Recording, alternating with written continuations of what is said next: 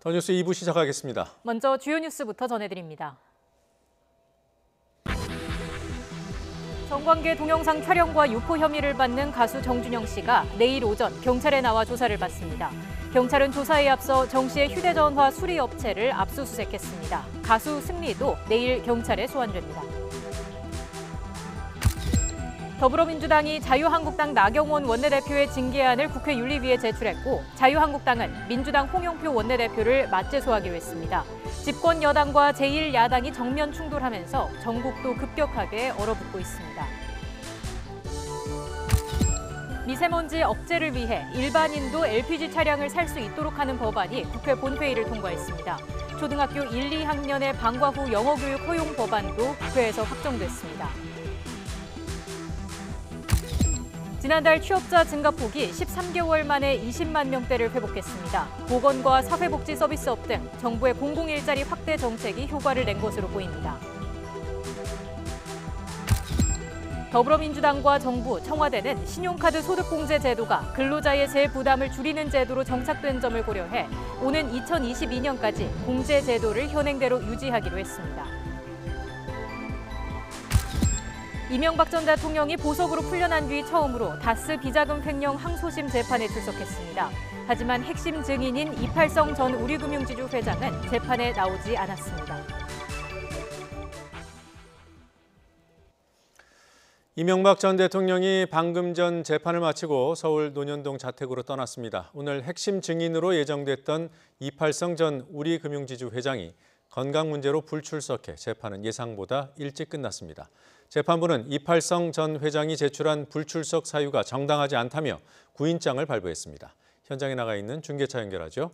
김대겸 기자. 네, 서울고등법원입니다. 네, 이 전 대통령 법원 들고 나올 때 표정과 행동이 구설에 오를 것 같습니다. 오늘 재판 내용 좀 더 자세히 전해주시죠. 네, 서울고등법원은 오늘 오후 2시 이명박 전 대통령이 조건부 보석으로 풀려난 이후 첫 공판을 진행했습니다. 이 전 대통령은 오후 1시 반쯤 이곳 서울고등법원에 도착했는데요. 취재진의 질문에 아무런 답을 하지 않은 채 자신의 이름을 외치는 측근들과 지지자들을 향해 가벼운 눈인사만 보냈습니다. 앞서 지난 6일 보석으로 풀려날 당시 상황과 유사한데 엄격한 보석 조건 때문인 것으로 해석됩니다. 오늘 재판에서는 증거의 위법성 여부와 증인 진술의 신빙성에 대해 검찰과 변호인 측이 짧게 의견을 주고받았습니다. 또 오늘 건강상 이유 등을 들어 출석하지 않은 핵심 증인 이팔성 전 우리금융지주 회장에 대한 구인영장이 발부됐습니다. 재판부는 이 전 회장이 증인으로 출석하지 못한 만큼 건강이 좋지 않다 하더라도 법정 밖 장소나 주소지 등에서 신문이 가능하다고 봤습니다. 이 전 회장이 고령인데다 심리적 압박감을 느낀다고 한 부분에 대해서도 이 전 대통령과 분리된 장소에서 증인 신문을 하거나 증인 지원관을 통해 신변 보호를 할 수 있다며 이 전 회장의 불출석 사유가 정당하지 않다고 판단했습니다. 이 전 대통령은 앞서 출석 때와 마찬가지로 기자들의 접근이 엄격하게 제한됐고 아무 말 없이 차에 올라타 자택으로 향했습니다. 측근들과 지지자들은 이 전 대통령이 법원에 나설 때도 연신 이름을 외쳐댔고 한쪽에서는 시끄럽다고 비난하는 시민들도 눈에 띄었습니다. 귀가하던 이 전 대통령은 자신의 이름을 외치는 측근들에게 손을 흔들며 미소를 보이기도 했습니다. 다음 공판은 오는 15일로 원세훈 전 국정원장과 김주성 전 국정원 기조실장에 대한 증인 신문이 예정돼 있습니다. 앞으로도 김백준 전 청와대 총무기획관과 이학수 전 삼성그룹 부회장 등 핵심 증인 5명에 대한 증인 신문이 줄줄이 예정돼 있는데요.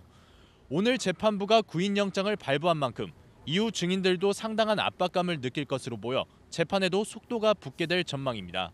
지금까지 서울고등법원에서 YTN 김대겸입니다.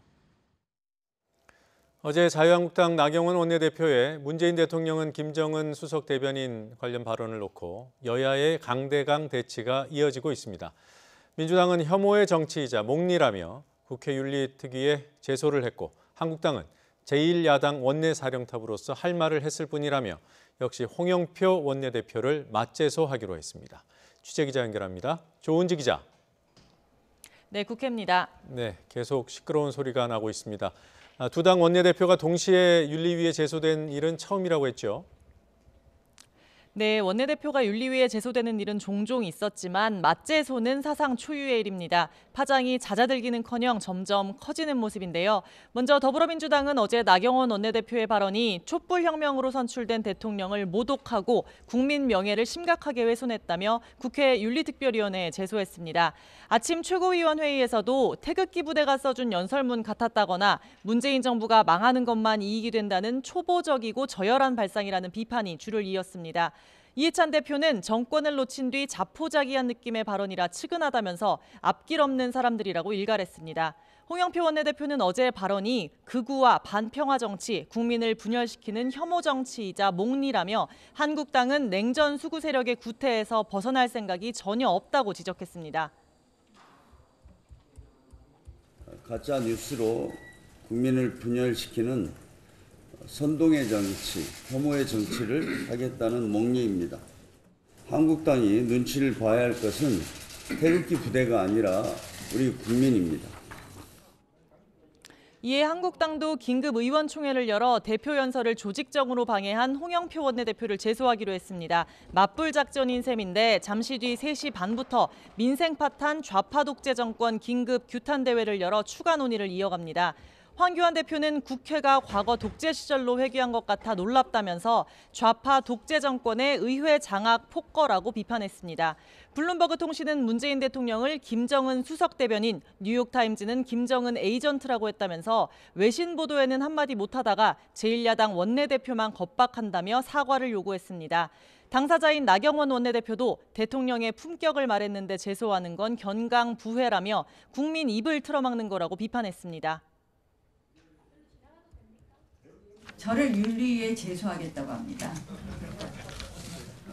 이거 정말 참 이 말도 안 되는 걸 갖다 붙여서 하는 거 경강부의 정권이다. 국민의 목소리를 이야기하는 야당 대표를 제소하는 것은 국민을 제소하는 것이다. 네, 바른미래당 손학규 대표 역시 민주당은 지켜볼 수 없을 정도로 한심했다면서 대통령의 충성 경쟁하는 모습으로 제왕적 대통령제의 문제점을 그대로 드러냈다고 꼬집었습니다. 나경원 원내대표를 향해서도 김정은 수석 대변인 또 좌파 포로 정권 같은 언어는 정치적 금도를 넘었다며 품위를 지키라고 했습니다.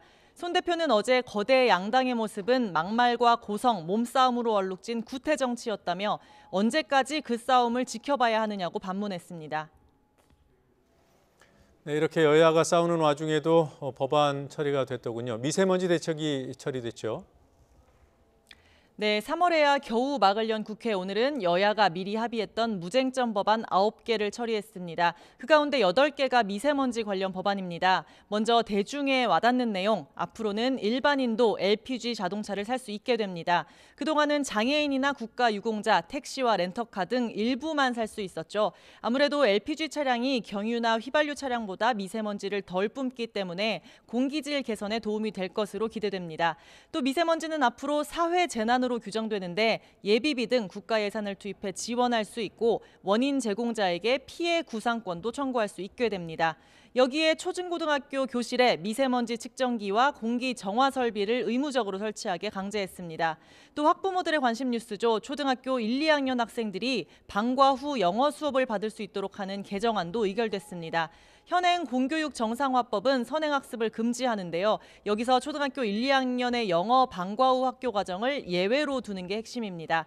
다만 여야의 정쟁으로 3월 개학 이후에 법안이 처리돼 1학기에 적용되지 못하면서 늑장 처리라는 비판은 피하기 어려워 보입니다. 지금까지 국회에서 YTN 조은지입니다.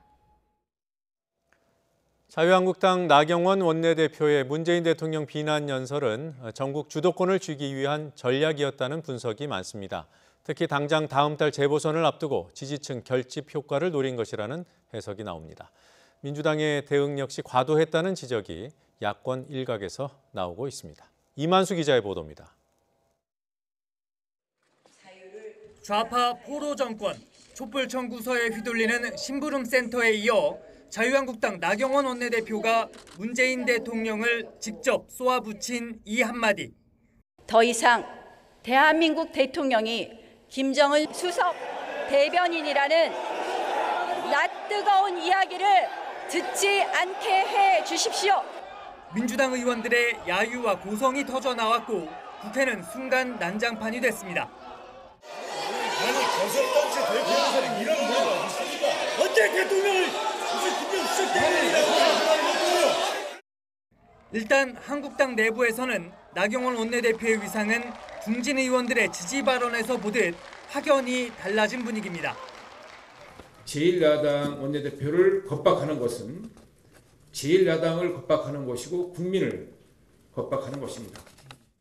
한 의원은 YTN과의 통화에서 김태우 전 청와대 특별감찰반원 의혹과 관련한 국회 운영위원회 완패와 릴레이 단식 농성 등 일부 전략적 실패를 딛고 제1야당의 원내대표로서 이제야 자리를 잡았다고 점수를 줬습니다. 나 원내대표가 일종의 승부수를 던진 것은 국정농단 이후 처음으로 당 지지율이 30%를 넘었다는 자신감에 4.3 재보선과 내년 총선을 앞두고 강력한 대여 투쟁을 통해 지지층 결집을 노린 것으로 분석됩니다. 청와대와 여당에게 묻고 싶습니다. 이 나라의 자유민주주의는 어디로 갔느냐고 묻고 싶습니다. 닭 모가지를 아무리 비틀어도 새벽은 옵니다. 물론 여당인 더불어민주당 역시 한국당의 무차별 공세를 가만히 당하고만 있지는 않습니다. 지도부는 혐오의 정치이자 목리, 앞길이 없는 사람이라는 말에다 국민과 헌법까지 모독한 것이라고 총공세에 나섰습니다.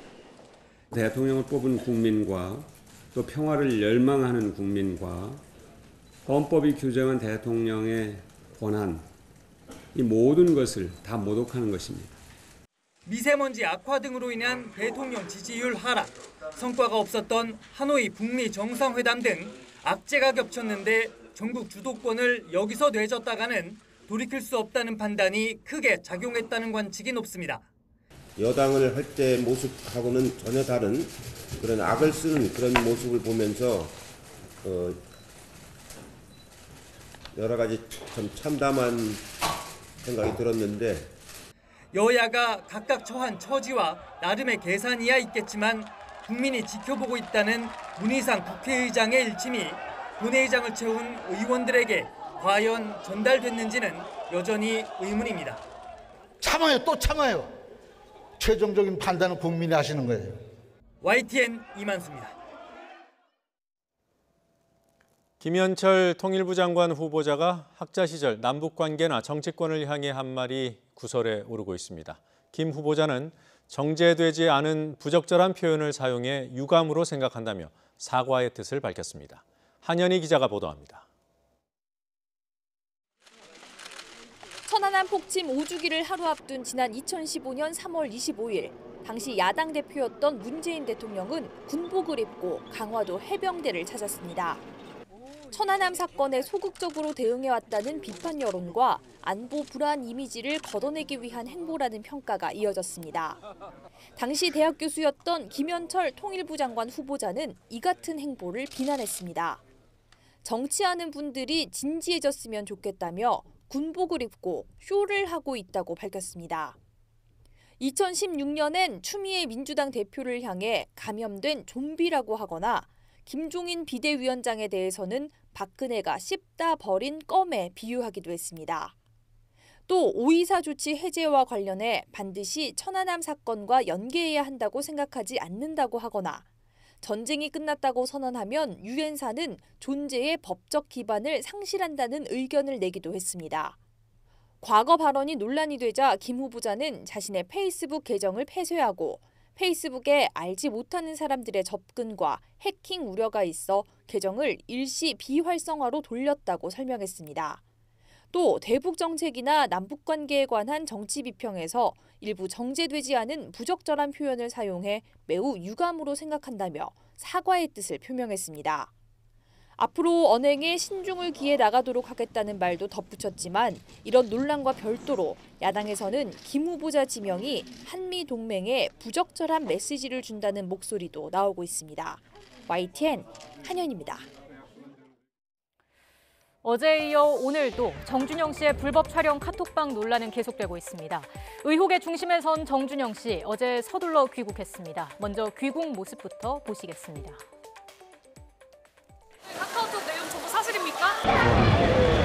영상 몰래 찍어서 올리신 거 맞습니까? 자, 이렇게 도망치듯 공항을 빠져나간 정 씨. 오늘 새벽에서야 사과문을 발표했습니다. 모든 죄를 인정한다는 입장이었습니다. 연예 활동도 모두 중단하겠다며 내일 오전에 있을 경찰 조사에 성실히 임하겠다고 밝혔습니다. 하지만 어제 카톡방에 새로운 내용이 공개됐습니다. 여성에게 수면제를 먹인 것을 거리낌 없이 말하고 성폭행을 했다는 발언도 서슴지 않았습니다. 추악한 대화 내용 다시 한번 보시겠습니다. 2016년 1월 정준영 씨가 온라인 게임에서 만나 여성을 성폭행하자고 말하자 대화방의 한 참여자가 이미 현실에서도 하고 있다고 답합니다. 또 자신들의 삶은 영화라면서 구속될 만한 일이 많다고 말합니다. 같은 해 3월에는 박모 씨가 여성에게 수면제를 먹인 뒤 성관계를 했다고 하니 정 씨는 오히려 여성을 비하하는 발언을 했습니다. 이어서 4월에는 김모 씨가 자신의 성관계 불법 촬영 영상을 올렸습니다. 영상 속에 여성이 정신을 잃은 듯하자 가수 최 씨가 살아있는 여자 영상을 보내라고 합니다. 정 씨는 성폭행을 했다며 웃습니다. 충격적인 대화 내용은 이게 끝이 아닙니다. 정준영 씨는 수십 개의 카톡방을 갖고 있었는데 수시로 몰카 동영상을 올려왔습니다. 이런 행위는 법적 책임을 피할 수 없는 엄연한 범죄 행위인데도 죄의식은 그 어디에서도 찾아볼 수 없었습니다. 수면제를 먹여서 기절을 시킨 다음에 성행위를 했다. 이건 전형적인 심신상실 또는 이제 한급을동 상태를 이용한 중간간 행위거든요. 네. 그건 3년 이상의 징역에 처하도록 되어 있죠. 그 촬영한 것 자체도 성폭력법에 해당이 됩니다. 예. 이것만 해도 5년 이하의 징역, 3천만 원 이하의 벌금에 처하도록 되어 있고요. 그다음에 이걸 갖다 단톡방에 올렸잖아요. 예. 그래서 유포 행위단 말이에요. 당연히 구속감이고 예. 사실은 뭐 법정형도 실형이 아주 중한 실형이 나올 수 있는 그런 상황이라고 볼 수 있죠. 그런데 정준영 씨가 경찰 수사를 받는 게 이번이 처음은 아니죠. 2016년 8월에도 한 여성이 정 씨가 성관계를 몰래 촬영했다며 고소했지만 정 씨는 서로 장난삼아 찍은 것이라며 혐의를 부인했습니다. 당시 정 씨는 휴대전화가 망가져 복구할 수 없다는 의견서를 제출했고 경찰은 정 씨의 휴대전화를 확보하지 못했습니다. 결국 사건을 넘겨받은 검찰은 혐의 없음 처분을 내리고 사건을 종결했습니다. 이에 대해 이번 일을 처음 신고한 사람은 경찰과의 유착 정황이 의심된다고 폭로했습니다. 경찰과의 유착 관계가 굉장히 의심되는 정황들이 많이 담겨 있었어요. 직접적으로 얘기를 해요. 그러니까 이름을 얘기하지는 않는데, 예. 그러니까 어떤 그 특정 그 계급이랄까요? 이걸 얘기를 해요. 쉽게 얘기해서 뭐 그들 중에 이제 누가 네. 뭐 누가 그분하고 뭐 문자한 거 봤어? 뭐 어떻게 했어? 그거 연락했어? 이런 식의 대화들이 있어요. 근데 가장 큰 우두머리하고 유착이 돼 있으니까 이렇게 내려오는 형태가 아닌가. 뿐만 아니라 성관계 동영상의 피해자가 누구인지로 관심이 쏠리면서 2차 가해로 이어지는 것도 문제입니다. 확인되지 않은 내용을 작성하고 퍼뜨리는 건 역시 엄연한 범죄라는 사실 기억해 두시기 바랍니다. 전해드린 것처럼 성관계 몰카 동영상을 촬영하고 공유까지 한 가수 정준영 씨. 모든 죄를 인정한다며 처벌을 달게 받겠다고 했습니다. 정준영 씨와 승리 씨의 소속사는 두 사람과의 계약을 끝냈습니다. 취재기자 연결합니다. 박석영 기자. 네, 문화부입니다. 네, 정준영 씨 소속사는 사실상 정 씨를 퇴출했다고 볼 수 있겠죠?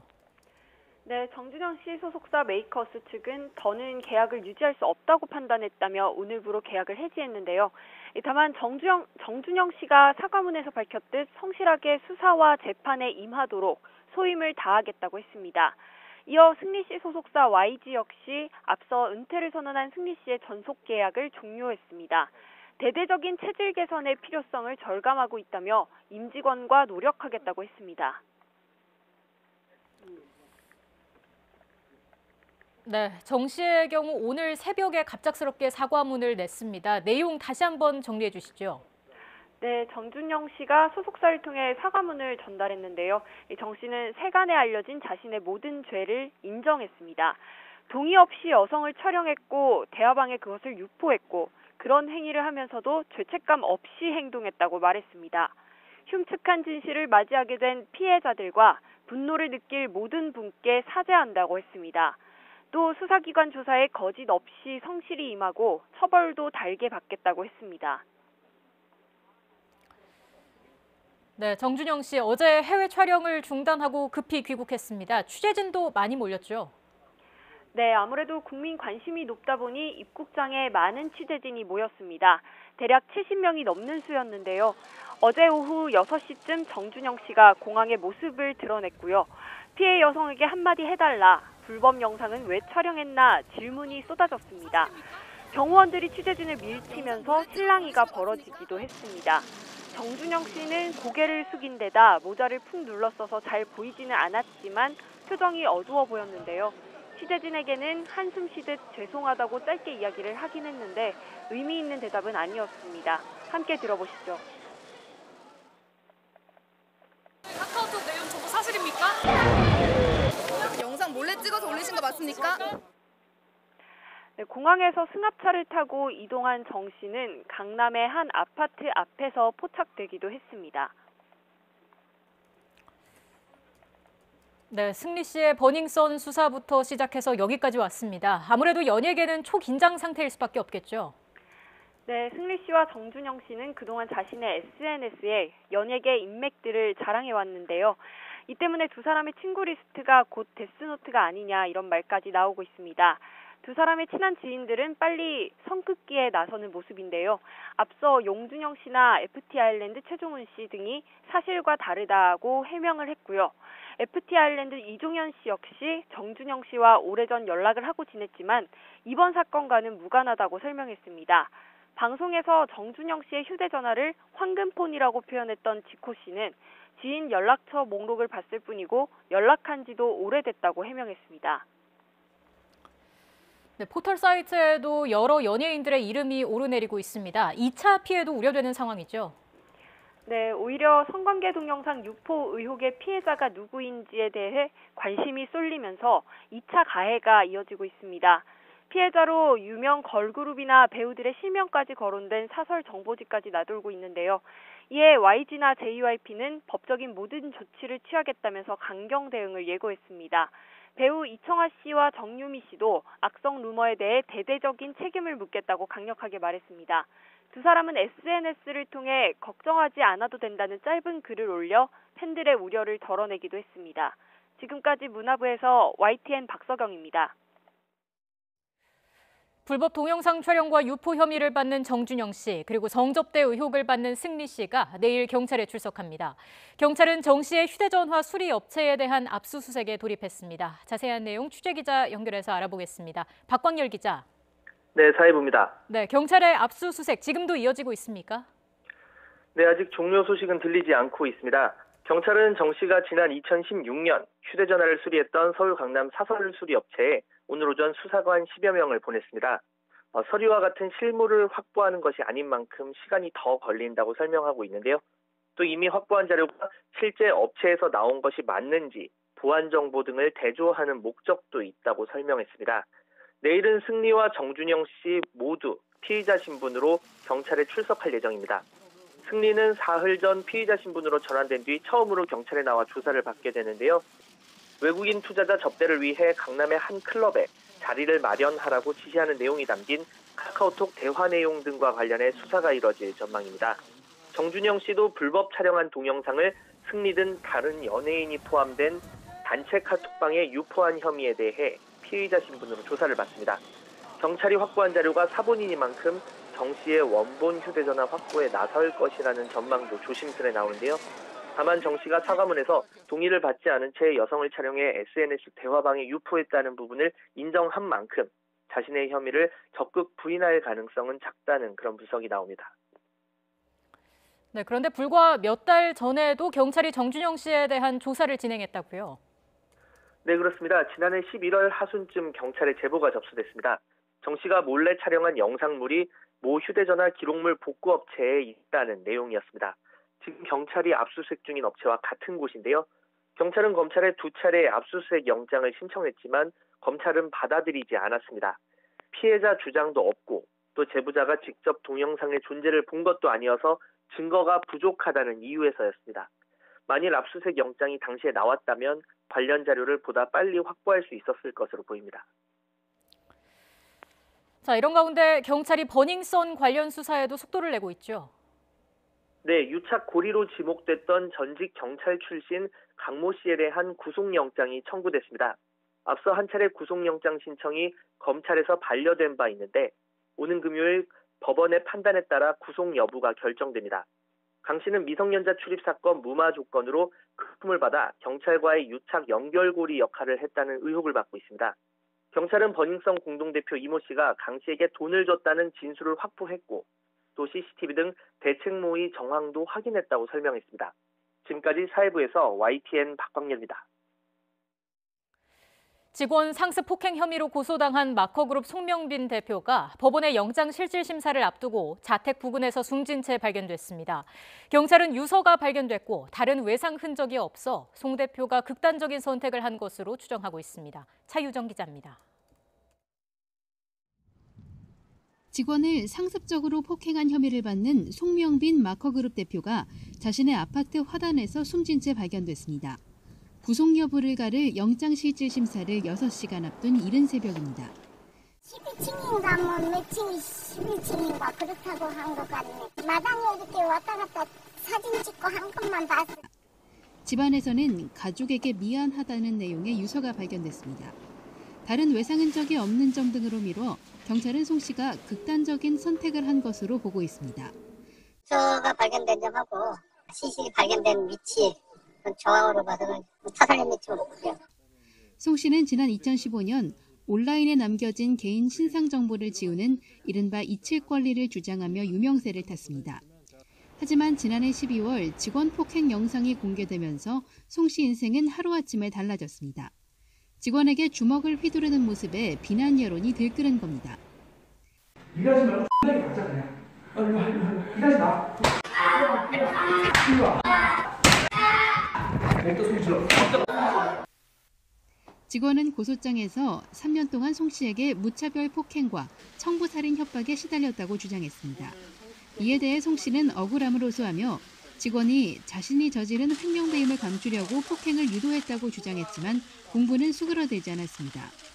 이 때문에 송 씨가 영장실질심사를 앞두고 심리적인 압박감을 견디지 못했을 거란 관측도 나옵니다. 경찰은 강압 수사는 없었다고 강조하면서 사건을 공소권 없음으로 종결 처리했습니다. YTN 차유정입니다.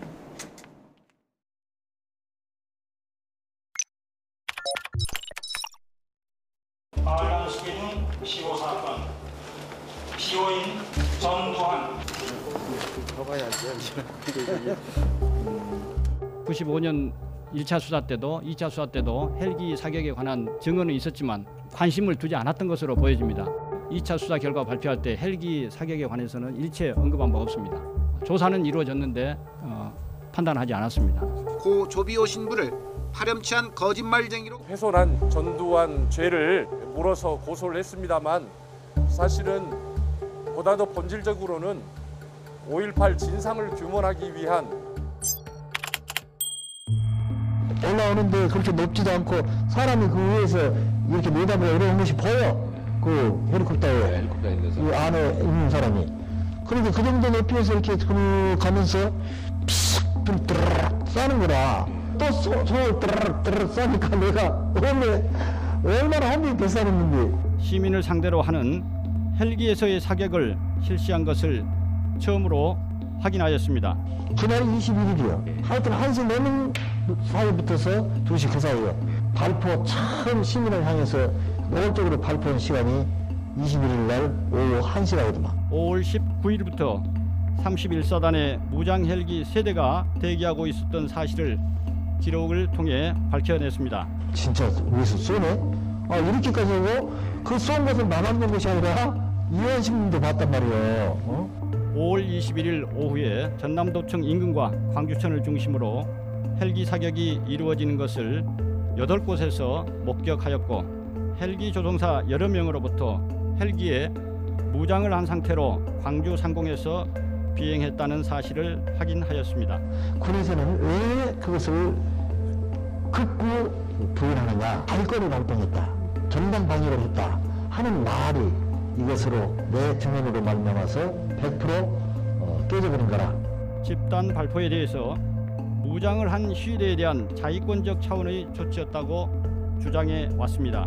그러나 계엄군의 5월 21일 비무장 시민에게 가한 헬기 사격은 계엄군의 이러한 주장을 뒤집는 증거로서 내 증언한 것이 그거 어디로 대고 쐈는가, 왜 쐈는가, 또 누가 맞았는가 그건 몰라. 위에서 쏜 것만 봤다 이거지. 발포 명령 부인합니까? 예리해. 사과할 생각 없으세요? 사과할 생각 없으십니까? 광주 시민에게 사과할 생각. 네, 전두환 씨의 다음 공판은 다음 달 8일 오후 2시 광주지방법원에서 열리지만 전 씨가 이날은 참석하지 않을 가능성이 높아 보입니다. 여당과 정부, 청와대가 신용카드 소득공제 기간을 3년 더 연장하기로 했습니다. 홍남기 경제부총리의 신용카드 소득공제 축소 시사 발언이 논란이 되자 당정청이 서둘러 진화에 나선 겁니다. 국회 취재기자 연결합니다. 권준기 기자. 네, 국회입니다. 네, 신용카드 소득공제는 많은 사람들 생활에 밀접한 문제이기 때문에 관심이 컸습니다. 당정청 오늘 결정 내용 전해주시죠. 네, 오늘 당정청이 비공개 협의회를 열고 결정을 내렸는데요. 민주당 기재위 간사인 김정우 의원은 당정청 협의가 끝난 뒤 국회 브리핑에서 이 신용카드 소득공제 제도를 3년 더 연장하고 이 공제 한도와 공제율도 현행을 유지하기로 했다고 밝혔습니다. 이에 따라 카드 공제는 다음 대선이 치러지는 오는 2022년까지 그대로 유지될 전망입니다.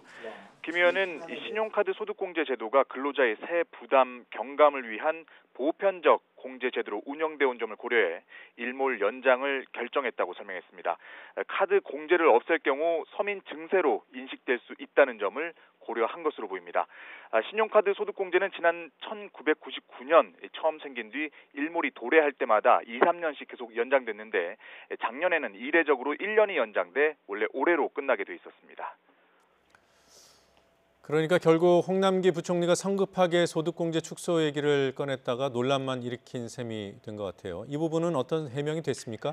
네, 안 그래도 오늘 브리핑이 끝난 뒤에 관련된 질문이 있었는데 이 오늘 회의에서는 정부와 당이 서로 의견을 교환하는 수준의 논의만 있었다고 설명을 했습니다. 김정우 의원의 말을 직접 들어보시죠. 오늘 자리에서 해명이나 설명 같은 건 없었는데. 해명이라기보다 그동안의 경과에 대해서 정부에서 당에 설명을 했고요. 그와 관련돼서 당의 의견을 제시하고 이렇게 합의를 도출합니다. 네, 또 제로페이와 같은 모바일 직불카드 활성화를 위해 신용카드 소득공제 축소를 검토한 것 아니냐 이런 시선도 있었는데 김정우 의원은 제로페이는 전혀 고려하지 않았다고 말했습니다. 홍남기 부총리의 논란이 된 발언은 지난 4일 이 납세자의 날 기념식에서 나왔는데요. 신용카드 소득공제와 같이 도입 취지가 어느 정도 이루어진 제도는 이 축소 방안을 검토하겠다고 말하면서 올해는 카드 공제를 없애는 것 아니냐는 관측이 나왔습니다.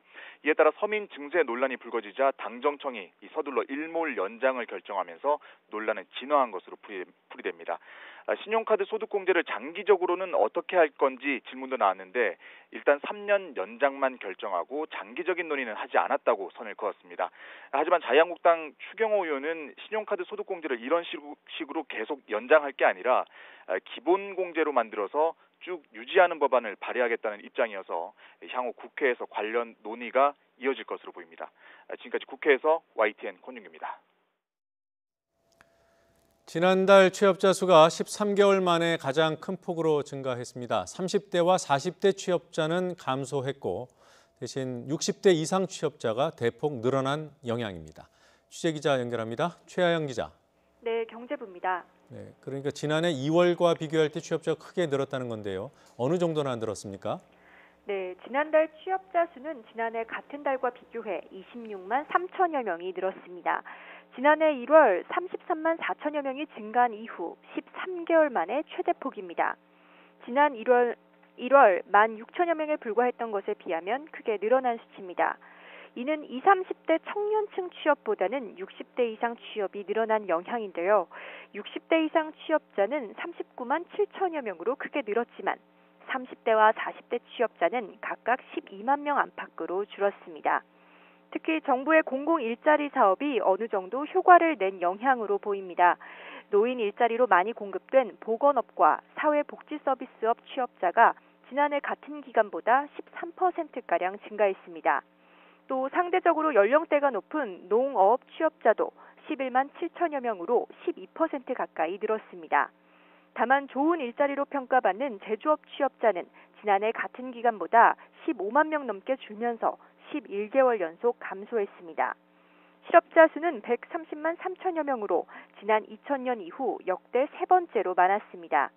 15살에서 29살 청년층의 확장 실업률은 지난해 같은 기간보다 소폭 상승해 24.4%에 달했습니다. 지금까지 경제부에서 전해드렸습니다. 앞서 국회 취재기자 연결해 알아본 것처럼 오늘 국회 본회의에서 LPG 차량을 일반인도 살 수 있게 하는 법안이 통과됐습니다. 휘발유나 경유에 비해서 유지비가 크게 낮을 것이라는 일반적인 인식이 있지만 연비까지 고려할 때 경제성이 그리 크지 않다는 평가도 나옵니다. 또 자동차 업계의 반응은 썰렁하다고 합니다. 홍선기 기자가 취재했습니다. 앞으로는 누구나 LPG 차량을 살 수 있게 된다는 소식에 운전자들은 일단 반가움을 나타냈습니다. LPG 차량 살 의향이 있어요. 환경 문제 때문에. 특히 미세먼지가 우리한테 가장 큰 문제니까. 그럼요, 사야죠, 당연히. 당연히 차를 바꿀 때는 LPG를 바꿀 생각이 있습니다. 하지만 실제 LPG 차로 바꾸거나 새로 살 때 LPG 차량으로 바꿀 생각이 있느냐는 질문에는 부정적인 반응이 많습니다. 저는 생각이 없어요, LPG 차량. 예전에 타봤었는데 겨울철에 시동이 잘 안 걸리는 좀 불편하더라고요. 실제 최근 LPG 가격은 경유 가격의 63%, 휘발유 값의 58% 수준입니다. 유류세를 인하해도 LPG 값이 여전히 상대적으로 싸지만 연비까지 고려하면 경쟁력이 떨어집니다. 중형 승용차 기준으로 5만 원어치를 넣고 갈 수 있는 거리가 휘발유보다는 길지만 경유차보다는 100km 이상 적어 연비가 떨어지는 겁니다. 결국 같은 값을 내고 갈 수 있는 거리가 줄어드는 LPG차를 소비자들이 환경보호라는 이유만으로 굳이 살 것인가는 회의적입니다. 연비 부분들이 썩 그렇게 좋다고는 생각지는 않고요. 그리고 그거보다는 이제 전기차 이런 부분들이 앞으로 대세니까 하이브리드나 그쪽을 선호하는 것 같아요. 자동차 제조사들도 이번 조치로 LPG 차량 수요가 늘어날 것이라는 기대는 하지 않고 있습니다.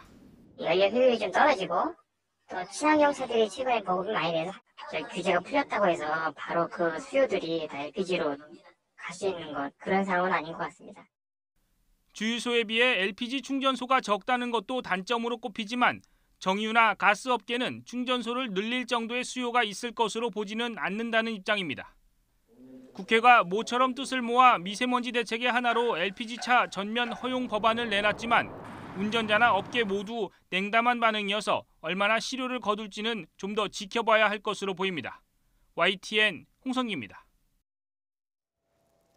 신용카드사들과 수수료율 인상 문제로 갈등을 빚어온 현대기아자동차가 신한카드와도 수수료율 협상을 타결했습니다.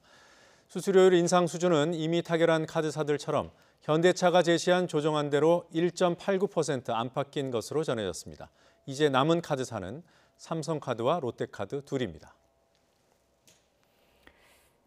유엔 대북제재의 이행을 감시하는 안전보장이사회사 하나 대북제재위원회는 북한의 핵미사일 프로그램은 온전하다고 밝혔습니다.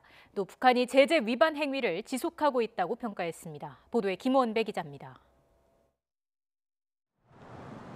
유엔 안보리 대북제재위원회는 연례 보고서를 통해 북한의 영변 핵단지는 여전히 가동되고 있다고 밝혔습니다. 북한은 지난해 9월에서 10월 사이에 영변의 5메가와트 원자로의 가동을 중단했으며 이 기간에 사용 후 핵연료봉의 인출이 이뤄졌을 수도 있다는 한 회원국의 보고를 전했습니다. 대북제재위원회는 전문가 패널이 북한의 핵 프로그램을 위해 은밀하게 원심 분리기를 구매한 아시아의 기업이나 개인들에 대해 조사를 계속하고 있다고 밝혔습니다. 이는 북한이 핵물질인 고농축 우라늄을 확보하는 데 필요한 핵심 설비인 원심 분리기 구매를 시도했다는 의미로 풀이됩니다. 북한의 평성 트럭 공장에서 대륙간 탄도미사일인 화성 15형이 조립됐다는 한 회원국의 보고를 전했습니다. 이 회원국은 또 북한이 북쪽 국경 인접 지역에 대륙간 탄도미사일 기지들을 개발하고 있다고 지난해 11월 대북제재위원회에 통보했습니다. 대북제재위원회는 북한의 불법적인 선박간 환적이 정교해지고 그 범위와 규모도 확대됐다면서 석유 제품의 불법 환적이 지난해 크게 늘었다고 평가했습니다. 또 북한 남포항에서는 금수 품목인 북한산 석탄이 수출되고 불법 환적된 유류의 수입이 폭넓게 이루어지고 있다고 밝혔습니다. 그러면서 해상의 선박으로부터 남포항의 수입 터미널로 연료를 옮기는 과정에서 수중 송유관이 사용되고 있다고 대북제재위원회는 설명했습니다. 대북제재위원회는 인도네시아 동칼리만탄 해역에서 거래된 북한산 석탄의 최종 목적지가 한국 업체라는 인도네시아 당국의 보고도 있었다고 밝혔습니다. 그러나 이 업체는 제재위원회에 석탄 수입은 없었다는 입장을 밝혔습니다.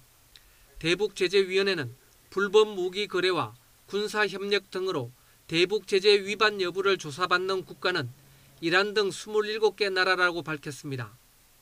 또 지난해 싱가포르 미북 정상회담과 평양 남북 정상회담 당시 등장했던 김정은 북한 국무위원장의 전용차인 메르세데스 벤츠 리무진 등은 명백한 제재 위반이라고 밝혔지만 북쪽으로 흘러들어간 경위는 밝혀내지 못했습니다. YTN 김원배입니다. 외교부는 2차 북미 정상회담 이후 북미가 접점을 모색하는 과정에서 양측이 문재인 대통령에 대해 가진 신뢰를 바탕으로 주도적인 역할을 하겠다고 밝혔습니다. 외교부는 이 같은 내용이 포함된 2019년 주요 업무 추진 계획을 발표하며 한미 간 긴밀한 공조와 국제사회 지지 확보를 통해 비핵화의 실질적 진전을 견인하고 항구적이고 공고한 한반도 평화체제 구축을 추진하겠다고 강조했습니다. 그러면서 2차 북미 정상회담이 합의에 이르지는 못했지만 서로의 입장에 대한 이해가 제고됐다고 평가하며 향후 후속 협상과 김정은 국무위원장의 답방 등에 따라 획기적인 진전이 기대된다고 덧붙였습니다. 개성공단과 금강산 관광 재개와 관련해서는 지금은 당장은 아니더라도 중요한 우선순위인 만큼 시기가 성숙하면 미국과 협조할 것이라고 외교부 고위 당국자는 설명했습니다. 또 강제징용 배상 판결 등으로 갈등이 고조되고 있는 한일 관계에 대해서는 역사 문제 해결과 미래지향적 관계 발전 병행 추진이라는 기존의 투트랙 기조를 재확인했습니다. 에티오피아 여객기 추락 사고와 관련해 사고 기종의 운항을 처음으로 중단시킨 중국 정부의 신속한 조치가 눈에 띕니다. 중국 정부는 미중 무역 협상에 불똥이 튈까 조심하는 모습입니다. 베이징에서 강성웅 특파원이 보도합니다. 에티오피아에서 미국 보잉사가 제작한 737 맥스 8 기종이 추락한 시점은 지난 10일 오후. 사고기 희생자 가운데는 중국인 8명도 포함됐습니다. 중국 정부는 다음 날 자국 민항사에 같은 기종 여객기의 운항을 전면 금지시켰습니다. 보잉기를 수입한 국가들 가운데 처음 나온 고강도 조치입니다. 뒤이어 아시아 국가들과 유럽 선진국들도 비슷한 조치를 잇따라 취했습니다. 미국의 주력 수출품인 항공기의 안전 문제에 대한 강력한 대응을 중국이 주도한 셈이 됐습니다. 이번 보잉기 사고가 미중 무역 협상에서 중국의 지렛대가 될 수 있다는 전망도 나오고 있습니다. 하지만 중국 정부는 이런 해석을 경계하는 눈치입니다. 不只是中国政府的民航当局，大家可能也注意到，发生了这一起不幸的空难事故以后，现在全球已经有不少国家。 중국의 조심스러운 태도는 막바지 단계에 접어든 무역 협상에서 미국을 자극하지 않겠다는 계산입니다. 석 달째로 접어든 미중 무역 협상은 최종 문건 조율이 아직 끝나지 않은 상태입니다. 이달 말로 예상되는 트럼프 대통령과 시진핑 주석 간의 단판 회담 일정도 확정짓지 못했습니다. 더구나 경제 전망도 좋지 않은 상황이어서 중국은 미국과의 무역 협상 타결에 더 기대를 걸고 있는 모습입니다. 베이징에서 YTN 강성웅입니다.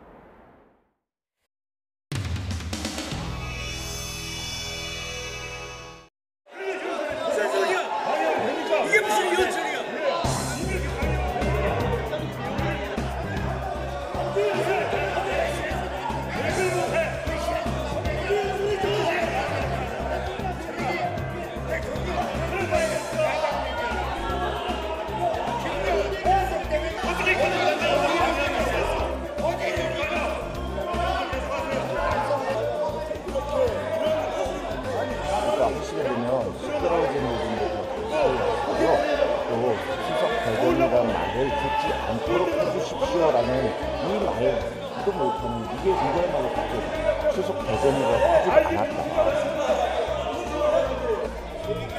여유와 자신감 가져. 저거 배하지 마. 알았지? 유연하게.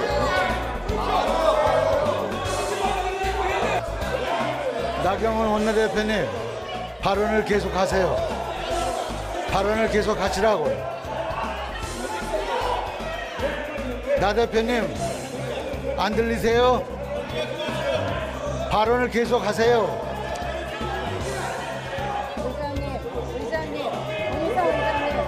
문희상 의장님, 문희상 의장님, 문희상 의장님, 문희상 의장님, 사과를 해야 됩니다. 문희상 의장님, 문희상 의장님, 문희상 의장님, 의장님.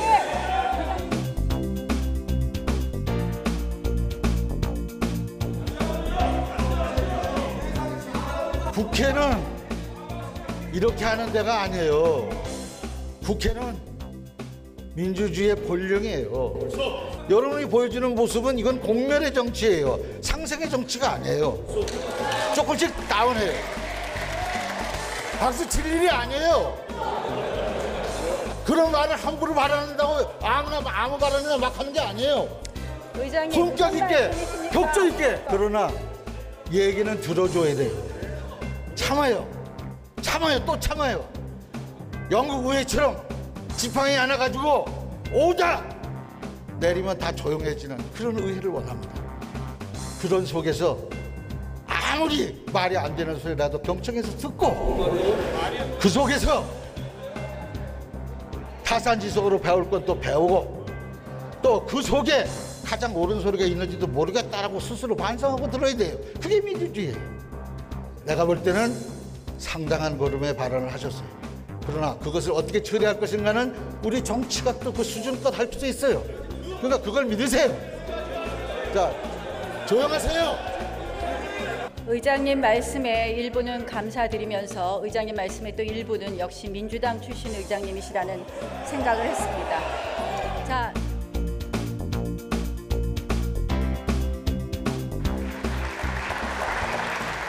홍영표 원내대표 수고하셨습니다. 오늘 회의는 이것으로 마치겠습니다. 경청해 주셔서 감사합니다. 나경원 자유한국당 원내대표.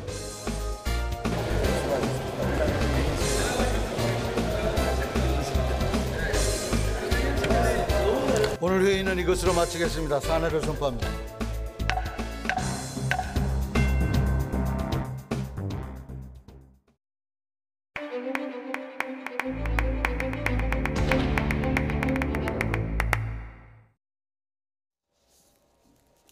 정부가 3월 말이라고 공언해왔던 5세대 초고속 통신 5G의 세계 첫 상용화가 연기됐습니다. 그래도 그제는 차량 통제 없이 5G 기반의 자율주행차가 서울 도심을 달렸고 어제는 국회에서 자동 주차와 또 무인 주행도 시연됐습니다. 네, 요즘 무척 자주 듣게 되는 5G. 하지만 그 뜻도 그로 인해 생겨날 변화도 제대로 알지 못합니다. 오늘 더 쉬운 경제에서 자세히 알아보겠습니다. 정철진 경제평론가와 함께합니다. 안녕하십니까? 네, 안녕하십니까? 네, 어서 오십시오. 네. 5G가 뭔지부터 좀 짚어봐야겠습니다. 네, 5G 이제 제너레이션입니다. 예. 그러니까 5세대라는 뜻인데 이제 무선 통신, 유선 통신과 선이 없는 무선 통신이 있는데 무선 통신은 이제 당연히 모바일 이동 통신이 되겠죠. 그래서 이 무선 이동 통신의 진화 과정 버전을 이야기한다 생각하시면 될 텐데요. 네. 이제 그러니까 1세대, 1세대는 바로 카폰을 생각하시면 돼요. 카폰이요? 예, 네. 80년대 카폰. 네. 그때는 아날로그였었거든요. 되게 벽돌만한 이 정도 됐었죠. 이제 그게 1세대라고 보시면 되고 예. 그것이 진화한 게 2세대인데 2세대는 바로 우리가 음성 통화하고 문자도 보냈던 걸 이제 2세대 이제 폰, 2세대 이동통신이라고 하고요. 3세대가 바로 뭐냐? 우리가 인터넷 검색이 가능한 이제 일명 스마트폰 시대가 이제 애플, 아이폰, 삼성전자로부터 펼쳐지게 되는 게 3세대 버전. 여기에서 용량과 속도가 더 빨리 구현된 게 이제 4세대. 4세대는 또 LTE로 넘어가게 되죠. 이제 그리고 이 다음이 바로 5G, 5세대 이동통신이고 이것이 이제 우리 앞에 성큼 다가오고 네. 이제 곧 뭐 연내 상용화가 될 그럴 전망이 되는 것이죠. 예, 1세대부터 5세대까지 한 25년 정도가 국내에선 걸렸습니다. 그렇습니다. 네. 저희 YTN이 창사할 때 이 벽돌만한 휴대폰을 들고 매우 자랑스러워했던 기억이 납니다. 네, 그때 요금도 엄청 비쌌어요. 네, 1세대 회사가 내줬으니까. 아, 네, 네. 맞습니다. 자, 일단 5G 하면 자율주행차를 생각하게 됩니다. 네. 뭐 통신사에서 광고를 그렇게 해서 그런 것 같기도 하고요. 네. 네, 그제죠. 그제 네. 서울 도심을 자율주행차가 달렸다고요. 해당 사진을 보면서 좀 얘기를 해보겠습니다. 네. 네. 네, 5G 자율주행이라는 글자가 선명한 차가 네. 어제 서울 도심을 달렸는데 한 20여 분 동안 달렸다고 합니다. 그렇죠. 뭐 어떤 원리로 자율주행이라는 것이 가능해지는 겁니까? 일단은 우리가 이제 무슨 맵이라는 게 있지 않습니까? 네. 예. 그러니까 맵이라는 게 존재하고 저 앞에 카메라 같은 눈이 이제 달리게 된 거예요. 예. 그래서 이제 눈을 바라보고 실은 전체 자동차를 구동하게 되는 완벽한 디지털 시대가 이제 구현되게 되는데 예. 실은 저 단계가 5G가 아닌 4세대에서는 불가능합니다. 왜 그렇습니까? 왜 불가능하냐면 저게 이제 데이터 신호를 보내는 거잖아요. 네. 가라, 멈춰라. 또 이 카메라를 보고 앞에 뭐 장애물이 있다 이렇게 할 텐데 아주 쉬운 예를 들어보면 이제 4세대 같은 경우에는 저 중앙에 이제 CPU가 앞에 장애물이 나타나서 멈춰라 네. 라고 할 때 2.8m 거의 2.5에서 3m를 간 다음에 멈춥니다. 명령을 받고 멈출 때까지 그 정도 2.5에서 예. 3m입니다. 그런데 생각해 보십시오. 우리가 자율주행을 하는데 등장하고 멈춰 하는데 3m를 더 나간다면 이미 사고가 나겠네요. 사고가 나죠. 예. 근데 5G는 2.5에서 3cm입니다. 3cm. 그러니까 2.5cm니까 거의 인간 속도로 딱 멈출 수가 있게 되는 거죠. 예. 그것이 바로 이제 데이터의 용량, 속도, 뭐 초저지연성 이런 것들이 결합됐기 때문에 네. 우리가 말하는 저 자율주행차는 필연적으로 5G와 결합될 때만 이제 가능하게 된 거죠. 이제 여기 또 이따 설명하겠지만 사물 인터넷까지 더해지면 이제 완벽하게 구현이 되는 거죠. 그 차량을 제어하는 그런 기능 자체는 차량에 탑재가 돼 있는 건데. 그렇죠. 그 기술은 돼 있죠. 예, 그건 이미 돼 있는데 원격으로 그런 것을 구동하는 그런 부분인 겁니까? 아니면 그렇습니다. 그 데이터의 통신 속도가 지금까지는 안 났던 것이고요. 네. 예. 우리가 전장이다 이런 표현에서 요즘 자동차는 엔진도 중요하지만 이미 전기 장치가 중요한 시대로 일단 완전히 넘어갔습니다. 네. 이게 또 전기차와 결합이 되고 있고요. 그런데 이 기술이 발달해도 그것을 구동하게 되려는 망이라든가 예. 데이터를 주고받는 뭐 그런 채널, 소통이 돼야 되는 거 아니겠습니까? 네. 예. 그래서 필연적으로 5G가 되면 우리가 떠올리는 게 이제 자율주행차 뭐 이런 컨셉트가 가능하게 됩니다. 그러니까 4G LTE에서도 불가능한 건 아니지만 속도와 반응 속도 때문에 그렇죠. 예. 안 된다. 예, 네. 뭐 안 되죠. 그 속도가 얼마나 빨라져야 되는 건가요? 그렇죠. 이제 이게 4G하고 비교를 하게 되면 속도는 한 20배, 최소 20배가 더 빠르고요. 네. 용량은 100배가 더 많은. 그러니까 속도와 용량, 그러니까 광대역 뭐 이런 표현을 쓰는데 네. LTE와 비교해서는 이제 저것이 굉장히 빠르다. 그래서 뭐 초고속, 뭐 초광대역이라는 얘기를 초고속이라는 얘기를 많이 하는데 예. 저희 두 번째 초저지연, 세 번째 초광대역. 저 내용들도 굉장히 중요하거든요. 네. 어떤 뜻입니까? 초저지연은 끊김이 없다라는 거예요. 그러니까 우리가 LTE까지만 해도 뭐 KTX 타고 영화 뭐 이렇게 볼 때 탁탁탁 끊기잖아요. 예. 영화가. 예. 그렇게 되면 아주 이걸 자율주행차로 설명했을 때 말이 안 되죠. 네. 달리다가 신호가 잠깐 끊길 때 이 차가 막 흔들흔들 될 수가 있지 않습니까? 그래서 5G 같은 경우에는 저 끊김이 없는 없다. 현상이 이제 가능하고 네. 또 하나가 이제 초연결성이라는 게 있거든요. 이것은 뭐냐면 5G에서는 이제 앞으로 5G가 되면 사물 인터넷과 결합이 돼서 네. 이 한 뭐 스마트폰 한 차가 있는 다양하게 연결되어 있는 그 인터넷 신호들과 교감을 해야 된단 말이죠. 여러 군데로. 그러니까 예. 초연결이 돼야 되는 거거든요. 그러면 뭐 이게 10개, 20개가 아니라 몇 개와 순간적으로 연계가 돼야 되는 거 아니겠습니까? 네. 저거 역시도 5G, 5세대에서부터 구현이 되고 있기 때문에 실은 4G LTE와 5G는 좀 차원이 완전히 다른 그런 세상이라고 볼 수 예, 있습니다. 조금 전에 초저지연이라는 좀 생소한 용어에 대해서 쉽게 설명을 해주셨는데 이해는 됐어요. 네. 끊기어서는 안 된다. 안 되죠. 뭐 이론적으로는 그렇다는 거죠. 네. 근데 이론과 실제가 다르면 어떡하나 이런 아주 원초적인 궁금증이 생깁니다. 그렇죠. 그러면 이제 안 되지만 이게 소위 말하는 망을 깔고 통신을 주고받고 기기의 문제이기 때문에 네. 현재로서는 뭐 글쎄요, 초저지연도 충분히 가능하기 때문에 그런 서비스에 한해서 우리가 이제 5G 서비스라는 것을 붙이게 되는 뭐 그런 거겠죠. 네. 그런 불안을 해소하기 위해서 뭐 그제 도심 주행도 해본 거고 어제는 또 국회에서 국회의원들이 타보는 그런 시연이 있었다고 합니다. 영상을 잠깐 보겠습니다. 보시죠. 네, 영상에 보시면 이해찬 민주당 대표 모습이고요. 지금 차량에 탑승하지 않고 키를 눌렀습니다.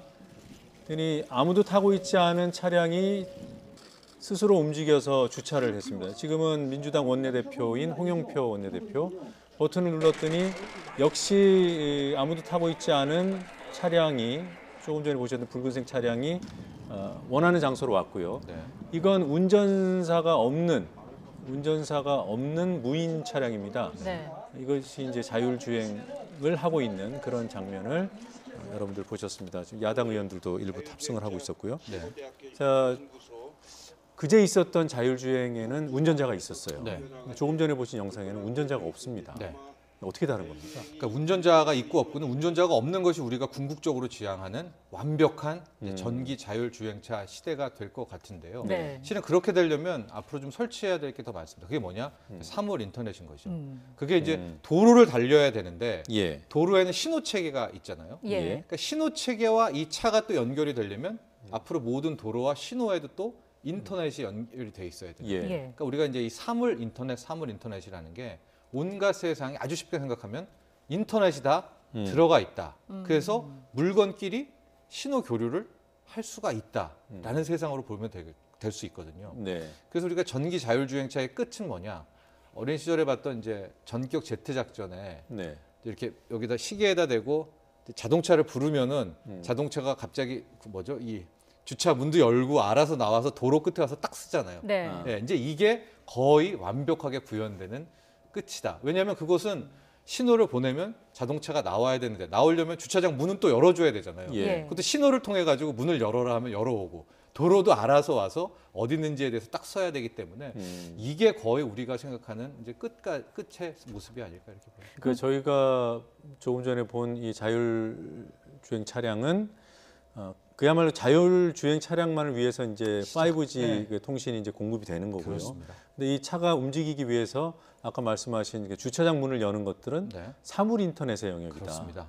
상호 이제 통신을 주고받아야 맞습니다. 된다. 하고 지금 우리 뭐 신호등 같은 경우에는 뭐 40초, 1분 이렇게 입력이 돼서 빨간불, 노란불 바뀌지 않습니까? 근데 이제 완벽하게 그 신호등에도 이 체계가 들어가게 되면 없을 때는 뭐 빨리빨리 보낸다든가 이런 전자동 시스템까지 이제 되게 되겠죠. 그러니까 신호등에 부착되어 있는 통신 장비가 이 현 상황을 조감하고 있는 위성으로부터 신호를 받아서 뭐 길을 열 수도 있고 닫을 수도 있고 신기합니다. 그럼 이게 상용화 되려면 어떤 과정이 필요할까요? 그러니까 이제 올해 원래는 3월에 상용화라고 얘기했는데 이제 본격 상용화는 한 2020년이면 그나마 이런 게 5G일까 내년쯤에는 좀 볼 수가 있겠고요. 한 2023년에서 2025년 경에는 우리가 지금 얘기했던 것들을 거의 빠르게 좀 구현될 수 있겠다라는 게 이제 많은 전문가들의 분석입니다. 앞으로 빠르면 5년, 6년 이때쯤이면 말씀하셨던 그런 상황들을 현실에서 볼 수 있다. 느낄 수가 있을 정도가 되겠죠. 지금 정부가 상용화를 하겠다고 했습니다. 근데 저희 일반인들 입장에서는요. 5G 하면 다른 것보다 일단 휴대폰이 업그레이드 된다는 기대를 할 수 있을 것 같아요. 맞아요.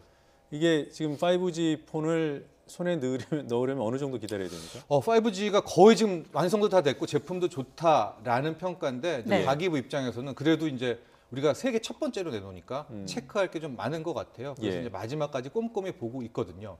그리고 이제 5G를 살려면 먼저 5G 요금제라든가 우리나라의 통신 이런 비용 같은 게 먼저 구비가 되고 5G 핸드폰을 스마트폰을 팔고 서비스를 실현해야 되는 이제 그런 단계 아니겠습니까? 요금제 같은 거는 사전에 허가를 받아야 되는 거죠? 그런데 지금 원래는 3월 말부터 이게 실시가 되고 이제 물량도 5G가 4월 초에는 풀릴 것으로 봤는데 지금 요금제에서 딱 걸리게 되면서 일단은 당초 목표로 했던 3월 말 세계 최초 5G 시작은 무기한 연기라고 하는데 저는 한 달 정도, 4월에는 되지 않을까 이렇게 보고 있습니다. 진짜 화면에 나온 것이 바로 이번에 좀 논란이 됐던 5G 요금제입니다. 네. 이제 업계 1위가 현재 SK텔레콤이잖아요. 예. 그래서 이제 5G 요금제를 정통부한테 내기를 월 75,000원에 데이터는 이제 100기가, 150기가를 제공하겠다라고 얘기는 했거든요. 네. 근데 저게 이제 반려가 당했어요. 왜냐하면 정부 입장에서는 저게 최소 요금제라고 하면 만약에 좀 무제한이다 뭐 이러면 아니, 힘드신 분들은 그러니까 월 4만 원, 5만 원 분은 5G를 경험할 수가 없잖아요. 그러니까 5G의 최소가 7만 5천 원부터라는 것은 너무나 비싸다.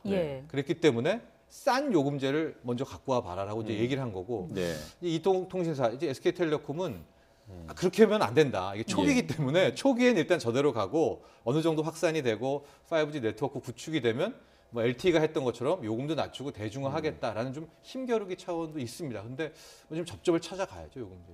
이게 좀 제대로 자리 잡기 위해서는 인프라도 잘 구축이 돼야 하지 않습니까? 그렇죠. 이제 망도 계속 이제 구축해야 되는 거예요. 그러니까 이동통신사는 일단 저거 좀 허가해주고 이제 돌아가면 거기서 다시 요금도 바꾸는 투자를 해서 또 망도 구축하고 뭐 이러겠다라고 하는데 당국에서는 5G가 시작됐는데 요금이 7만 5천 원부터 시작이야. 그러면 국민들은 좀 반감이 있을 수가 있죠. 상대적 박탈감을 느낄 수 있겠네요. 네, 돈 없으면 뭐 5세대 이동통신 경험도 못하는 또 이런 것 때문에 좀 저가 요금제를 갖고 와 봐라 또 이런 입장인 것 같습니다. 예. 자, 5G 폰을 얘기를 이제 하고 있는데 이게 사실 잘 안 와닿아요. 5G 폰은 4G 폰과 뭐가 다른가? 그렇죠. 뭐 속도가 빠르다. 뭐 지금도 웬만큼 빠르기 때문에 뭐가 더 달라지는 겁니까? 엄청 빠르게 되겠죠. 일단 속도도 그러니까 영화 한 편 봤는데 한 3초, 4초 뭐 이 정도, 10초 뭐 지금보다는 뭐 20배 이상이 이제 빠르게 되는 것이고요. 폴더폰도 있지 않습니까? 펴가지고 이렇게 크게, 폴더블 폰. 폴더블 폰도 실은 LTE에서는 그닥 필요성이 없죠. 왜냐면 뭐 화면 크게 보면 우리가 뭐 소위 말하는 버퍼링, 버퍼링도 있고 그런데 이제 이것도 5G에 가능하면은 좀 더 빠르게 경험할 수 있는데 아직까지 5G 관련한 컨텐츠는 그렇게 많이 구비된 것 같지는 않아요. 특화된 컨텐츠는. 시작은 거의 이제 VR, 가상현실이라든가 AR, 증강현실 관련한 프로그램서부터 아마도 5G가 개발이 될 텐데 그러니까 크게 세 가지 축이라고 보시면 돼요. 통신사는 5G의 망을 구축하고 데이터 용량 속도를 조절하게 되는 거고요. 이 디바이스, 기기 업체, 뭐 삼성전자라든가 LG전자는 거기에 걸맞는 폴더폰 폰도 만들고 5G 뭐 스마트폰도 만들게 되는 것이고요. 또 다른 곳에서는 컨텐츠를 개발하는 거죠. 5G에 걸맞는 뭐 VR 시스템이라든가 교육 프로그램이라든가 뭐 유통의 장보기 프로그램이라든가 이건 누군가 만들고 이렇게 이 트라이앵글 축으로 점점 이 5세대 이동통신을 향하고 있는 겁니다. 예. 어찌 됐든 간에 뭐 시간이 조금 늦춰지긴 해도 이 시기는 올 거고요. 언젠가는 올 거고. 임박한 거고요. 5G 폰은. 그럴 경우에 이 그 휴대폰 단말기 등등을 만드는 국내 제조사들 좀 어떤 경기를 타게 됩니까? 그렇죠. 지금 오늘 아마 외신과 고동진 삼성전자 사장이 좀 인터뷰를 했던 그런 내용이 있었던 것 같은데 스마트폰 제조업체에서는 이게 거의 하나의 새로운 성장 동력을 맞이했다 이렇게 볼 수가 있는 게 지금 LTE 시대에서는요 거의 끝이에요. 지금 뭐 3년 전, 4년 된 폰을 써도 잘 안 바꿉니다. 충분하다, 너무 빠르고 만족한다라는 거거든요. 그러니까 점점 그동안의 저 모바일 사업부들은 지금 굉장히 실적이 악화됐었거든요. 근데 이제 5G가 나오고 5G에 걸맞는 킬러 컨텐츠들이 나오면은 속속 젊은 층을 비롯해서 또 어얼리 어답터를 비롯해서 5G로 건너가겠죠. 좀 더 비싼 폰으로. 그렇게 될 경우에는 이제 좀 침체됐던 저는 제조업체, 모바일 사업부들이 굉장히 탄력을 받지 않을까 이렇게 전망이 됩니다. 뭐 통신 관련주에 대한 투자는 어떻게 보세요? 저도 이제 올 하반기의 탑픽은 이제 통신 관련주가 될 것이다라고 보고는 있습니다. 주식시장에서. 주식시장에서 우리나라 통신주가 원래 무거워서 잘 안 움직이는데 어쨌든 이번 요금제 통과되고 실제 5G 스마트폰이 얼마나 팔리고 가입자가 얼마나 되냐 이렇게 지켜보시다가 뭐 주식 투자하시는 분들은 통신주 주가도 한번 이렇게 확인해 보시면은 또 괜찮을 것 같습니다. 자율주행차 아까 좀 얘기를 했습니다만 궁금한 게 몇 가지 있었어요. 그 일단은요 5G가 완벽하게 구축이 안 된 상태에서 이른바 5G 사각지대가 있을 거 아닙니까? 그 경계선을 자율주행차가 넘어갈 가능성. 그렇게 되니까 완벽하게 자율주행이 아니고 사람이 타 있다든가 뭐 그런 가능성이 있게 되겠고요. 결과적으로 그래서 그런 완벽한 자율주행은 스마트 시티와도 또 일맥상통합니다. 그러니까 중국의 항저우라는 그 도시는 완벽하게 이제 네. 스마트 시티로 구현이 되어 있어서 네. 다 인터넷이 깔린 거예요. 쉽게 말해서 사물 예. 인터넷이. 이제 그게 지향점이 되는 것이고 네. 이제 점점 그 구역을 넓혀가겠죠. 넓혀가는. 그래서 처음엔 한 요 정도 구역에서는 완벽한 전기 자율주행이 가능합니다. 네. 그다음은 서울이 가능합니다. 나아가서 수각도이 가능합니다. 그래서 아마 이건 시간 문제지. 네. 그리고 이제 얼마나 많이 그런 이제 개혁 속도가 나느냐의 문제지. 기술적 구현으로는 글쎄 거의 지금 많이 뭐 따라잡고 있는 그런 상황입니다. 이게 뭐 법적인 문제는 없나요? 이제 여기에서 또 하나 나올 것이 바로 이제 법적인 보완인 거죠. 예. 네. 이제 자율주행하다 사고를 냈을 때 네. 이건 과연 누구 책임이냐? 그걸 차에 타고 있었던 운전자 책임이냐? 그걸 만든 자동차 책임이냐? 신호를 보낸 통신사 책임이냐? 또 아니면은 뭐 그걸 피해간 뭐 보행자 책임이냐? 관련한 이제 입법이 굉장히 많이 필요하고 있기 때문에 그러게요. 향후 우리 국회에서는 좀 이쪽에 전문 지식이 있는 국회의원들이 대거 좀 포진해야 되지 않을까. 그래서 그동안은 이제 법 쪽에 많이 좀 변호사들이 좀 왔었잖아요. 예. 이공계 출신 국회의원도 상당히 필요하게 될 그런 대목이 될 것 같습니다. 예, 알겠습니다. 오늘 5G 설명 들으니까 뭐 아직 여전히 조금 모호하지만 그래도 꽤 현실감 있게 받아들였습니다. 고맙습니다. 고맙습니다. 네. 방금 들어온 속보 중요한 뉴스가 있어서 전해드리겠습니다. 승리와 가수 정준영 씨 등이 포함된 단체 카톡방에 또 다른 연예인이 있죠. FT 아일랜드의 최종훈 씨입니다. 최 씨가 음주운전에 적발된 뒤에 보도를 막아달라고 경찰에 부탁한 것으로 YTN 취재 결과 확인됐습니다. 이 사실을 단체 카톡방에 경찰이 뒤를 봐줬다 이런 뉘앙스로 최 씨가 직접 올렸다는 얘기입니다. 덕분에 3년 동안 아무런 문제 없이 연예 활동을 지속해 올 수 있었다고 합니다. 취재기자 연결해서 자세한 내용을 알아보도록 하죠. 박광열 기자. 네, 사회부입니다. 네, 자신이 음주운전에 적발된 사실을 알리지 말아달라 이런 요청을 경찰관한테 했다는 거죠. 네, 그렇습니다. 일단 당사자는 앞서 말씀하신 것처럼 FT 아일랜드 리더이자 또 기타와 건반을 맡는 최종훈 씨입니다. 시기는 지난 2016년 3월로 거슬러 올라가는데요. 최 씨는 술을 마시고 운전대를 잡아 서울 용산경찰서 소속 경찰에 적발됐습니다. 면허 정지인지 취소인지는 정확히 아직 파악되지 않았지만 혈중 알코올 농도 0.05% 이상이라는 제재 기준은 확실히 넘겼다는 겁니다. 최 씨는 담당 경찰에 부탁을 합니다. 음주운전 적발이 대중에 알려지지 않게, 즉 언론에 알려지지 않게 해달라는 건데요. 활동에 지장이 있을까 우려한 것으로 보입니다. 실제 최 씨의 음주운전 사실은 지금껏 어디에도 보도되지 않았습니다. 다른 연예인들이 음주 사실이 밝혀져 고개를 숙이고 자숙의 시간을 가질 동안 3년 정도 아무 문제 없이 연예 활동을 지속해온 겁니다. 최 씨는 이후 해당 경찰의 생일에 문자 메시지 등을 보내고 친밀한 관계를 유지해온 것으로 알려졌는데요. 최 씨는 이 같은 내용을 정준영 씨와 승리 등이 있는 단체 카톡방에 올렸습니다. 경찰이 뒤를 봐줬다는 뉘앙스로 자랑스럽게 이야기를 나눈 겁니다. 그러면서 이 단톡방에 이 밖에 다른 경찰 고위직도 자신들의 편의를 봐줬다는 식의 이야기가 오간 것으로 현재까지는 알려지고 있습니다. 경찰은 이 같은 의혹이 불거진 만큼 당시 유착이 있었는지 등에 대한 조사에 착수할 방침입니다. 앞서 최 씨의 소속사죠. FNC 엔터테인먼트는 최 씨가 경찰의 수사 협조 요청이 있어 참고인 자격으로 출석했을 뿐이라며 이번 사건과 관련이 없음을 분명히 했는데요. 루머에 대해 강력히 법적 대응할 것이라고 강경한 대응을 보인 바 있습니다. 취재 기자가 전해드린 대로 새로운 연예인이 또 등장했습니다. FT 아일랜드의 최종훈 씨고요. 이 최 씨가 경찰관에게 본인이 음주운전에 적발된 사실을 보도되지 않게 해달라고 요청한 그런 사실이 있다는 것이고 이러한 내용은 최 씨가 정준영 씨 그리고 승리 씨 단톡방에다가 본인이 자랑 삼아서 올렸기 때문에 꼬리가 밟힌 것 같습니다. 자, 박 기자, 그 정준영 씨 그리고 또 승리 씨에 대한 조사가 내일 진행되는 것으로 알고 있습니다. 관련 내용도 전해주실까요? 네, 앞서 승리는 지난달 한 차례 조사를 받았습니다. 당시는 피내사자 신분이었지만 이제는 성접대 혐의에 대한 피의자 신분으로 전환돼 첫 조사를 받게 됐습니다. 강남의 한 클럽의 외국인 투자자 접대를 위한 자리를 마련하라고 지시하는 내용이 담긴 카카오톡 대화 내용 등이 수사 대상입니다. 정준영 씨 역시 승리와 같은 날 경찰에 출석할 것으로 보입니다. 촬영을 중단하고 황급히 국내로 돌아온 지 48시간도 채 지나지 않아서입니다. 경찰은 정 씨가 승리, 최종훈 씨와 함께 있는 카톡방 등에 불법 촬영한 것으로 의심되는 성관계 동영상을 유포한 사실을 확인하고 정 씨를 피의자로 전환했습니다. 경찰은 정 씨가 3년 전 휴대전화를 수리한 서울 강남 사설 수리업체에 대한 압수수색도 진행 중입니다. 이런 가운데 버닝썬과 경찰 유착의 고리 역할을 했다는 의심을 받는 전직 경찰 강모 씨에 대한 구속영장도 청구됐습니다. 한 차례 영장 신청이 반려됐던 경찰은 버닝썬 공동대표 이모 씨가 강 씨에게 돈을 줬다는 진술을 확보했고 CCTV 등 대책 모의 정황도 확인했다고 설명했습니다. 이와 함께 경찰은 서울 강남경찰서 모 경찰관이 경찰 신분증을 제시하고 클럽을 수시로 드나들었다는 첩보를 입수하고 내사를 진행하고 있습니다. 지금까지 사회부에서 YTN 박광열입니다.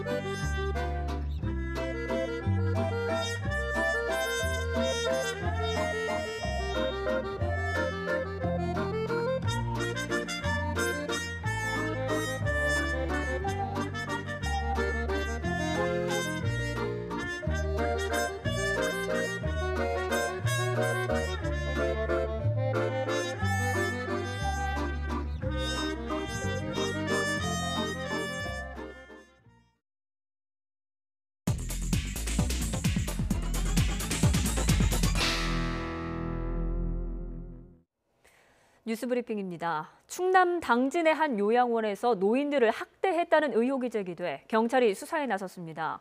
당진시는 충남 노인보호 전문기관으로부터 노인 3명을 학대한 정황이 확인된 요양원을 통보받고 경찰에 수사 의뢰했다고 밝혔습니다. 충남 노인보호 전문기관은 해당 요양원을 현장 조사해 사용한 기저귀로 노인의 입을 누르거나 가림막을 치지 않고 기저귀를 갈았다는 진술을 확인하고 성적 수치심을 주는 등의 학대가 있었던 것으로 판단했습니다. 운전면허가 없는 10대가 술을 마시고 운전하다 사고를 내 2명이 숨지고 5명이 다쳤습니다. 어젯밤 11시쯤 경북 경산시 사동 한 도로에서 17살 A군이 몰던 승용차가 중앙선을 넘어서 달리다가 마주오던 승용차와 정면으로 충돌했습니다. 이 사고로 맞은편 승용차에 타고 있던 45살 B씨 등 2명이 숨지고 2명이 중상을 입었습니다. 또 중앙선을 넘어서 운전한 A군과 함께 타고 있던 친구 17살 C군, 41살 D씨 등 3명이 다쳐 병원으로 옮겨졌습니다. 운전자 A군은 면허가 없는 상태에서 혈중 알코올 농도 0.131%의 만취 상태에서 운전대를 잡은 것으로 드러났습니다. 지난달 19일 91명의 사상자를 낸 대구 사우나 화재 당시 화재 경보기가 꺼져 있었던 것으로 드러났습니다. 대구 중부경찰서는 소방시설 관리를 제대로 하지 않아 3명이 숨지고 80여 명을 다치게 한 혐의로 사우나 업주 64살 A씨와 상가 운영관리자 62살 B씨, 상가 운영관리실장 53살 C씨 등 3명을 구속했습니다. 또 불이 난 이후 대피 안내 등을 적극적으로 하지 않은 책임을 물어 매점 직원 등 모두 5명을 불구속 입건했습니다. 대구지방검찰청이 오늘 오전 검사와 수사관 등 10여 명을 보내 경북 포항에 있는 포스코 본사를 압수수색했습니다. 검찰은 포스코에서 외주업체 공사를 맡는 투자 엔지니어링실 등에서 서류와 컴퓨터 하드디스크 등을 압수했습니다. 이번 압수수색은 투자 엔지니어링실 임원들이 특정 협력업체의 일감을 몰아주는 조건으로 금품을 받았다는 의혹과 관련된 것으로 알려졌습니다. 국내 항공사들이 최근 잇단 추락 사고가 일어난 미국 보잉사의 신형기를 도입할 예정인 것으로 확인됐습니다. 국회 국토교통위원회 홍철호 의원실이 입수한 자료를 보면 대한항공과 제주항공, 이스타항공과 티웨이항공은 올해 4월부터 오는 2027년까지 보잉 737 맥스 항공기를 총 114대 들여오기로 했습니다. 항공사별로는 제주항공이 56대로 가장 많았고 대한항공이 30대, 이스타항공과 티웨이항공 순이었습니다. 미국에서 배우와 기업 대표 등 유명인들이 연루된 입시 비리 사건이 터져서 파문이 일고 있습니다. 뒷돈을 주고 자녀를 명문대에 입학시킨 학부모 수십 명이 기소됐는데 그 적발된 규모가 200억 원대에 달하는 것으로 알려졌습니다. 미국판 스카이캐슬의 전모, 조수현 기자가 보도합니다. 미국 부유층 학부모와 대학 코치진, 브로커와 입시 관계자들이 무더기로 검찰에 기소됐습니다. 자녀를 명문대 체육특기생으로 부정 입학시킨 혐의가 적발된 겁니다. We're here today to announce charges in the largest college admissions scam ever prosecuted by the Department of Justice. We've charged 50 people nationwide. 비리는 2011년부터 최근까지 크게 두 가지 수법으로 이루어졌습니다.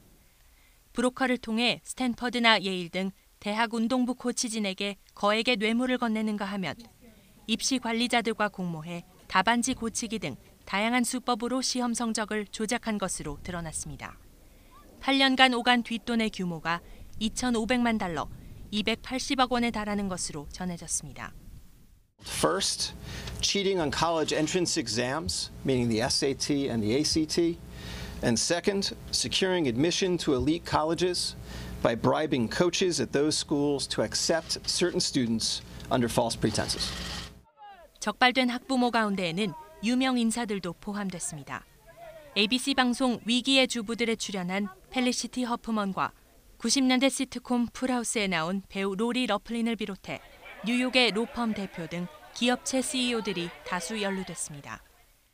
We have seen an increased obsession on the part of parents, particularly parents with means, in getting their kids to the quote-unquote right college at whatever cost. 초기 수사 결과 학부모당 수십만 달러에서 최대 650만 달러의 뇌물을 제공한 사례가 확인됐습니다.